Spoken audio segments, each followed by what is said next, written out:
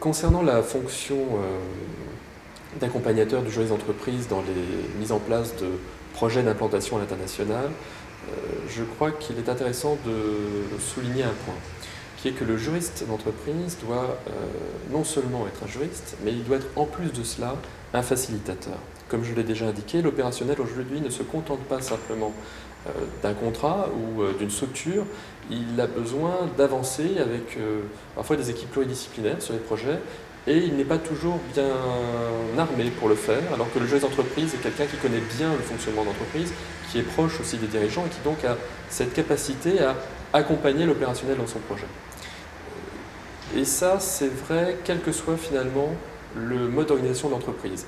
Dans les PME, le juriste d'entreprise est proche du dirigeant de l'entreprise et du directeur administratif, et finalement ces trois personnes vont devoir gérer le projet d'implantation à l'international, sachant que finalement, compte tenu de l'occupation du dirigeant et du directeur administratif et financier, le juriste d'entreprise va devoir finalement gérer le dossier, un peu comme une sorte d'aide de camp ou de chef de projet tout simplement.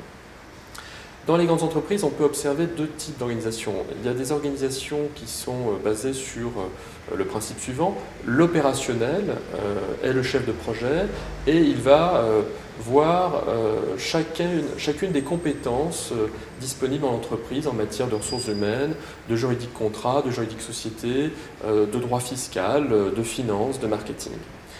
Là encore, il arrive assez souvent que les opérationnels qui sont bombardés chefs de projet, chefs de projet, n'ont pas la connaissance de tous les services de l'entreprise, alors que le juriste d'entreprise, lui, les connaît bien. Donc il peut, là encore, sans être chef de projet, être à tout le moins chef de projet adjoint et faciliter la relation avec les autres départements, sans pour autant prétendre au leadership. Et puis, il y a d'autres entreprises qui ont des organisations beaucoup plus resserrées. Souvent, ce sont des binômes, un juriste, un financier. Un binôme auquel la direction générale passe une commande d'implantation. Et cette équipe de choc, si je puis dire, va avoir tous les moyens et tous les pouvoirs pour réaliser finalement la commande qui est passée par la direction générale.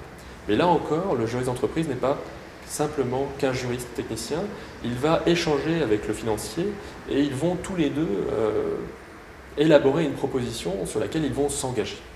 Donc très important, le juriste d'entreprise n'est pas simplement quelqu'un qui dit le droit en matière d'implantation internationale, il est aussi un facilitateur, un accompagnateur qui doit accepter de prendre des risques.